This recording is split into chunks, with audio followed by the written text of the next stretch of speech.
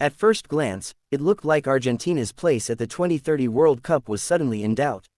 Social media exploded with claims that the reigning world champions could be thrown out of football's biggest tournament. Headlines talked about bans, investigations, and a national disgrace. But was Argentina really facing expulsion? Or was the real story something very different? To understand what happened, we have to go back to the 2026 FIFA World Cup. Argentina reached the final once again, but their campaign became controversial for reasons that had nothing to do with tactics or goals. After the semi-final victory over England, several Argentine players displayed a banner reading, "Las Malvinas son Argentinas." Because the Falkland Islands remain the subject of a long-standing political dispute, FIFA opened disciplinary proceedings over what it considers a possible political demonstration during a sporting event. But then everything changed. The World Cup final against Spain ended in defeat for Argentina. Instead of the football being remembered, attention quickly shifted to chaotic scenes after the final whistle. FIFA announced disciplinary proceedings involving several Argentine players and officials over alleged assaults and unsporting behavior during the post-match confrontation.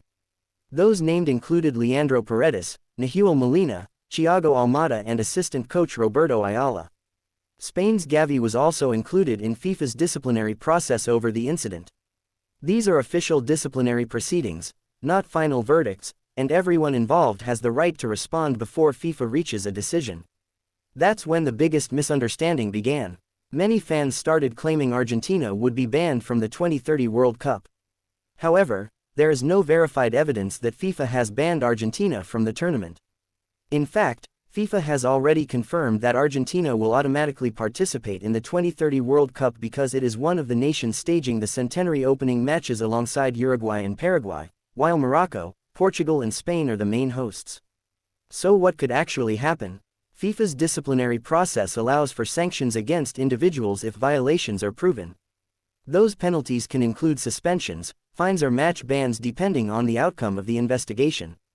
That means individual players or officials could potentially receive suspensions affecting future international matches if FIFA finds they breached its disciplinary code.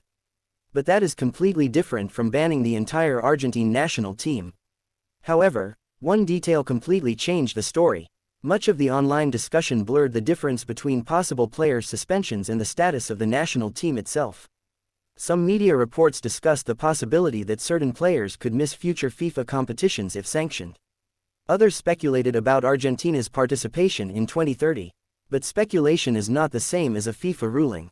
FIFA has not announced any decision removing Argentina from the 2030 World Cup. Fan reaction has been intense. Online petitions and viral posts calling for Argentina to be banned spread rapidly after the final. However, these petitions have no authority over FIFA's disciplinary process, and sanctions are determined only through FIFA's independent investigation. For now, the real story is much simpler than many viral headlines suggested. Argentina as a national team remains on course for the 2030 FIFA World Cup. The unanswered question is whether any individual players or officials will receive disciplinary bans once FIFA completes its investigation. Until those final decisions are published, claims that Argentina has already been banned from 2030 are simply not supported by the available evidence. Football has seen plenty of controversies over the years, but this is a reminder that one viral headline can easily hide the real story. What do you think FIFA's final disciplinary decision should be? Let us know in the comments, and don't forget to subscribe for more fact-checked football stories every week.